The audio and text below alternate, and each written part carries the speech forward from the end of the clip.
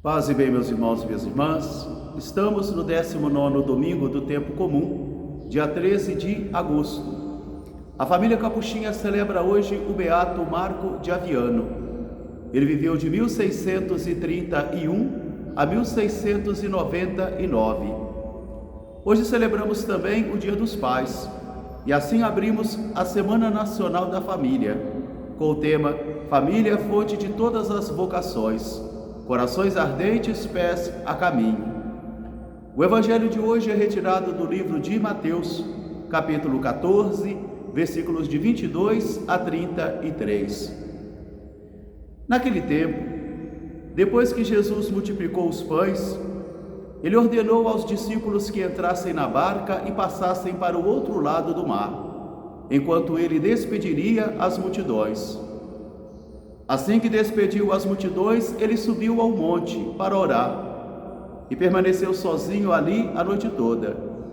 A barca já estava a grande distância, distante de Jesus.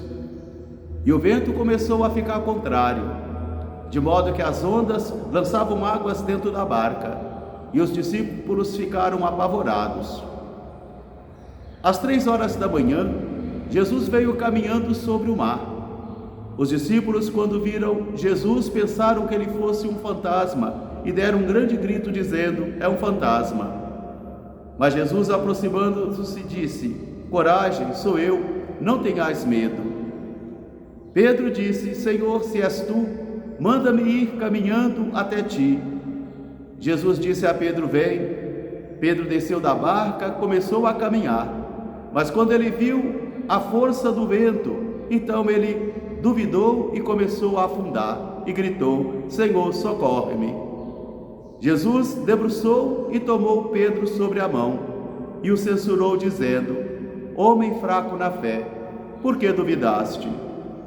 Assim que Jesus entrou na barca, todos se prostraram diante dele, porque houve calmaria, e disseram: "Realmente tu és o Filho de Deus." Palavra da salvação. Meus irmãos e minhas irmãs, hoje nós temos 3 leituras fecundas de sentido religioso e espiritual para educar a nossa fé. Porque a cada domingo a palavra de Deus quer educar a nossa fé e principalmente fazer com que eu e você possamos atingir a maturidade da fé. A primeira leitura de hoje do profeta Elias, nós encontramos o Senhor obrigando a Elias a rever a sua compreensão do mistério salvífico de Deus. Porque o mesmo Deus que atua no poder da natureza, é aquele mesmo Deus que é fiel também às suas promessas. Por isso hoje Elias é convidado a rever a sua visão, a modificar o seu modo de compreender a Deus e perceber que Deus é sempre novo, sempre renova todas as coisas e principalmente renova também o nosso modo de compreendê-lo. Paulo, na segunda leitura, vai dizer que Deus é fiel às suas promessas e que ele elegeu Israel e que por isso ele sofre porque os seus irmãos não conseguem compreender esta novidade antiga e nova do plano de salvação que Deus traz para nós, a fé. A fé será sempre o dilema dos cristãos de todos os tempos. A fé será sempre uma indagação, será sempre uma provocação. Por isso, no Evangelho de hoje, nós encontramos novamente esse texto tão belo, de um mar furioso que lança as águas sobre as barcas dos discípulos e assim vai revelando para nós a crise de fé da comunidade de Mateus. Principalmente porque nesse período em que Mateus está escrevendo o seu evangelho, a comunidade cristã está passando por grandes dificuldades. O encerramento do Templo de Jerusalém, as perseguições generalizadas dos romanos, a destruição de toda a tradição de Israel, e aqui vem então a crise da fé. Por isso, após eles presenciarem o grande milagre de Jesus na multiplicação dos pães, assim que eles perceberam aquela virtude de Jesus, aquele poder de Jesus, agora Jesus está indo até o Pai. Retira-se para orar ao Pai. Quanto à igreja, ela já fica distante de Jesus, porque Jesus a envia. Ordena a igreja que navegue pelo mar bravio da vida, que navegue pelo mar da vida.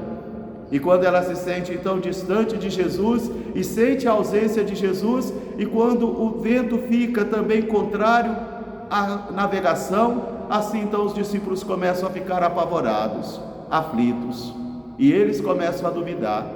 A fé começa a enfraquecer. Jesus vem caminhando na aurora da vida, porque é no meio da escuridão, é no meio da tribulação, que Jesus, que está vindo do diálogo com o Pai, caminha sobre o mar, caminha sobre o caos, caminha sobre a perseguição, caminha sobre a violência, para poder socorrer aos seus discípulos. Mas mesmo assim, envoltos no medo, eles não conseguem ter uma visão clara de Jesus e pensam que ele é um fantasma. Pedro até coloca Jesus em prova: se és tu, manda-me ir caminhando até ti, pelo mar. E Jesus diz: vem. Pedro é corajoso, desce da barca, começa a caminhar, mas ao sentir a força do vento, ele duvida de novo e começa a afundar e vai dizer: Senhor, socorre-me. E Jesus toma Pedro pela mão.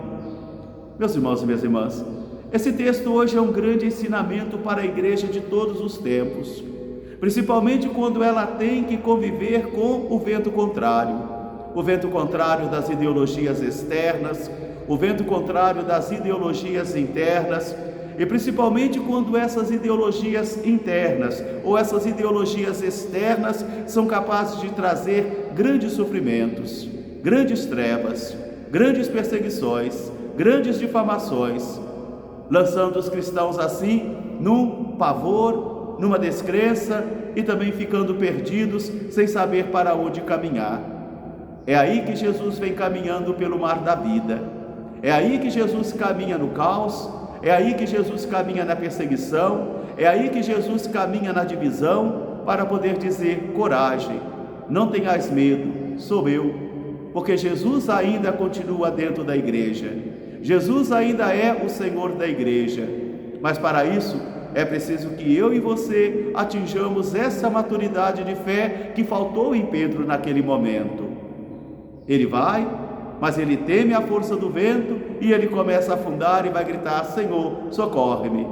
Quando Jesus entra na barca, que é a igreja, há calmaria. Há calmaria, então a igreja pode prostrar-se diante dele e dizer: realmente tu és o Filho de Deus. Essa é a grande experiência de fé que eu e você passaremos, caminhando muitas vezes nos mares turbulentos da vida, muitas vezes no medo, mas o medo é caminho. E junto com Jesus, eu e você seremos chamados a caminharmos, porque Ele está conosco.